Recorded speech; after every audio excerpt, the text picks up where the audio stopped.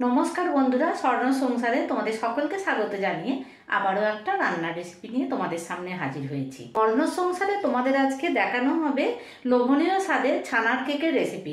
বাড়িতে তা খুব সহজেই তৈরি করে নেওয়া যায়। একবার এইভাবে বানালে অসাধারণ খেতে লাগে। নরম তুলতুলে ছানার কেকের এই রেসিপিটি শেষ পর্যন্ত দেখার জন্য তোমাদেরকে অনুরোধ রইল।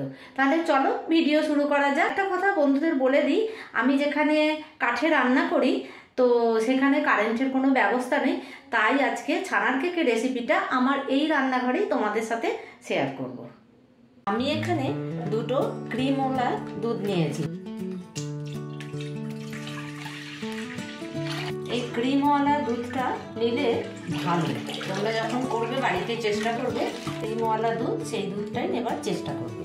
এখানে দুধটা ততক্ষণ ফুটুক, আমি ছানাটা কাটাবো লেবু দিয়ে, ততক্ষণ আমি লেবুটা কেটে নেব। আমি এখানে অনেকগুলো লেবু কেটে নিয়েছি, এবার লেবুর রসটা বার করে নেব। আর এখানে আমি মিশিয়ে নেব, অল্প জল দিয়ে দেবো।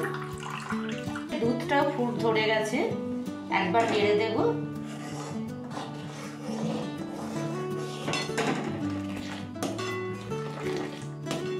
দুধটা ফুটে গেছে। দুধ যখন ফুটে গেছে আমি গ্যাসটা টোটালি অফ করে দেব। তারপরে এই যে লেবুর রসটা করে রেখেছি, চামচের সাহায্যে অল্প অল্প করে দেব আর নেড়ে নেব। এভাবে নাড়বো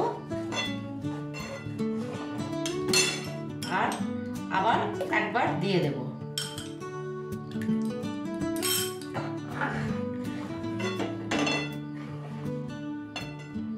দেখো ঠিক আস্তে আস্তে দেখো ছানাটা কাটতে শুরু করছে। এভাবে নাড়তে নাড়তে ছানাটা কেটে যাবে।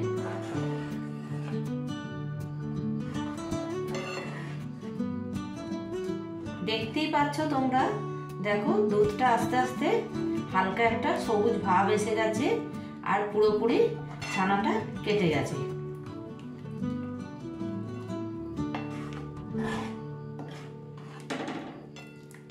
এবার আমি একটা অন্য ছাঁকনিতে ছানাটাকে ছেঁকে দেব।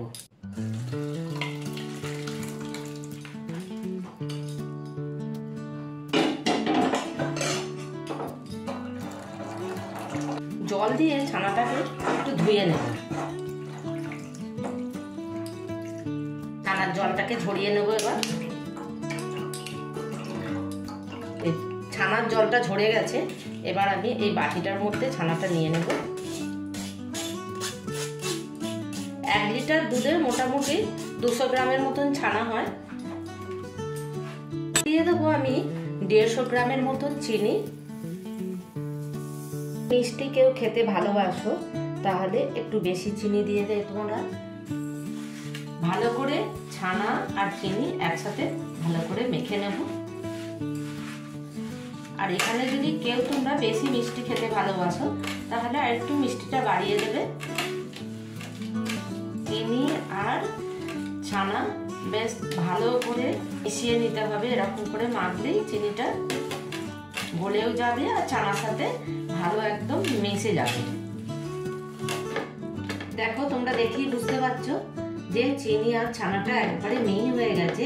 তবে কেউ যদি করো গুঁড়ো চিনি দেবে না, এই গোটা চিনিটাই দেবে, তাহলে চিনির সাথে ছানার সাথে ভালো মাখা যাবে।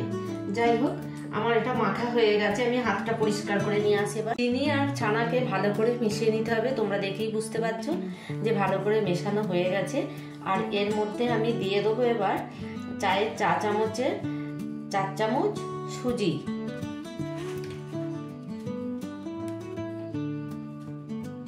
কাঁচা সুজি, ভাজা নয়, কাঁচা সুজিটা দিয়ে দেব। ওই একই চামচে দেব 4 চামচ ময়দা,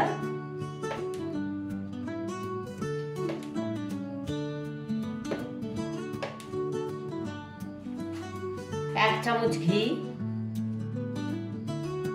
তেল আর ঘি মিশিয়ে করব, তাই 1 চামচ যেমন ঘি দিয়েছি আর এখানে 1 চামচের মতন তেল দিয়ে দেব। 4টের মতন এলাচ নিয়েছি, এলাচটাকে গুঁড়িয়ে পাউডার করে দেব।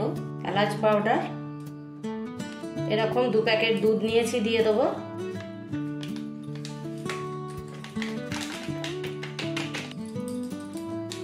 অল্প জল দেবো, জল দিয়ে মেখে নেবো।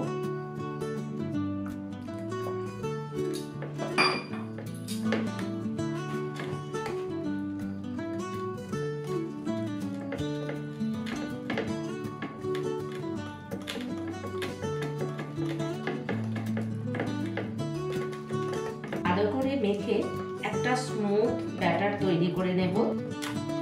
মিশ্রণটা ভালো করে মাখা হয়ে গেছে, আমি কিছুক্ষণের জন্য এবার সাইডে রেখে দেব, কারণ সুজিগুলো জলে ভিজে নরম হয়ে যাবে। 4টে স্টিলের বাটি নিয়েছি, সাদা তেল দিয়ে ভালো করে বাটিগুলোতে তেল মাখিয়ে নেব। ভালো করে গায়েতেও ভালো করে মাখিয়ে নেব।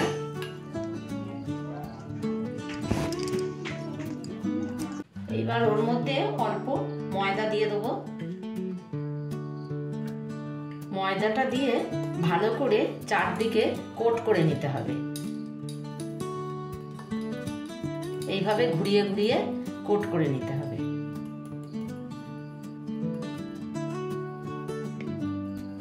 প্রত্যেকটা বাটি কোট করে নেওয়া হয়ে গেছে, আর যে ময়দাটা বেশি ছিল সেটাকে ফেলে দিয়েছি, দিয়ে ভালোভাবে কোট করা হয়ে গেছে। যে মিশ্রণটাকে রেডি করে রেখেছিলাম, এবার তার মধ্যে আমি দিয়ে দেব 1 চা চামচের বেকিং পাউডার, আর ওই একই চামচের হাফ চামচ দেব বেকিং সোডা। হাতে আমি একটুখানি ডালা হয়ে গেছে, একটু চেপে নেব, নিয়ে বেকিং সোডাটা দিয়ে দেব। এবার দেব অল্প জল। অল্প জল দিয়ে আবারও ভালো করে মিশিয়ে নেব।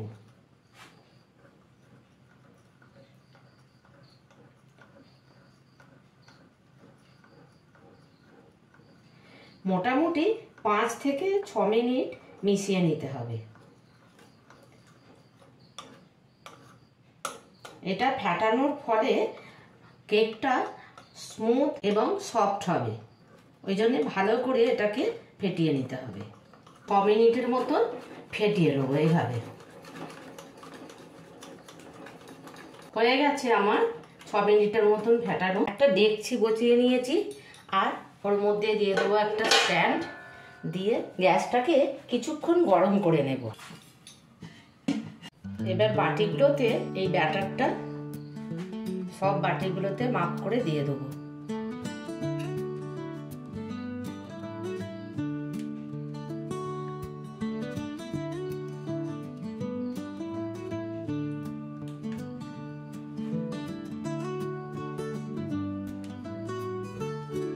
পাঁচ মিনিট মতন গরম হয়ে গেছে, সাবধানে ঢাকনাটাকে তুলে আর ওর মধ্যে আলতো করে সাবধানে বাটিগুলো বসিয়ে দেবো।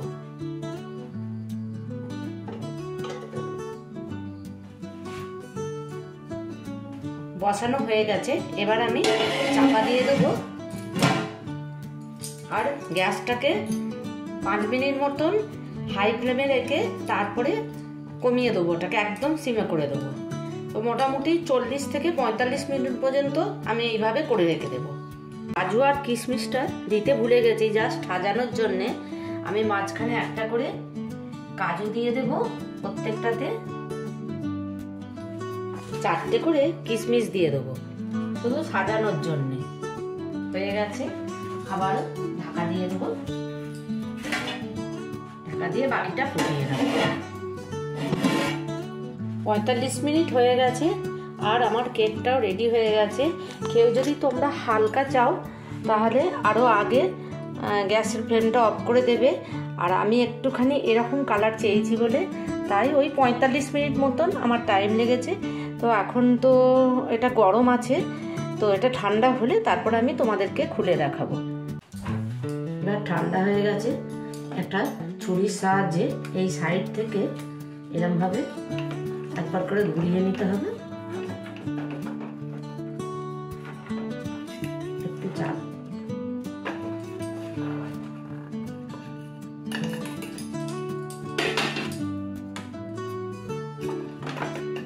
এই দেখো হয়ে গেছে, একটা উঠে গেছে। ওই একইভাবে 3টে বাটি ছানার কেকগুলো তুলে নেব, দেখাচ্ছি তোমাদেরকে খুলে।